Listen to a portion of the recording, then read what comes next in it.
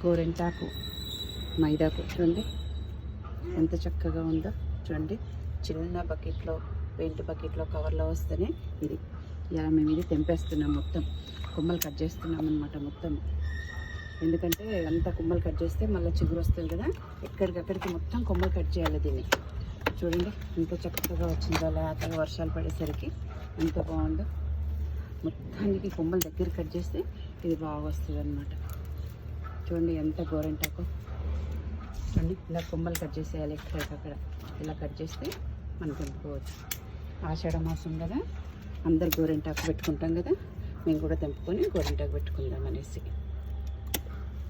చిన్న బకెట్లో కూడా పెంచుకోవచ్చు. చూడండి కవర్లో వచ్చింది, చూడండి అది కవర్లో వచ్చింది కూడా ఎంత చక్కగా వస్తుంది. చూడండి ఇలా మొత్తం తెంపేయాలి, ఏం ఉంచకూడదు. ఇలా మొత్తం కాండాలలాగా చేసేస్తే అప్పుడు మళ్ళీ మనకు చిగురు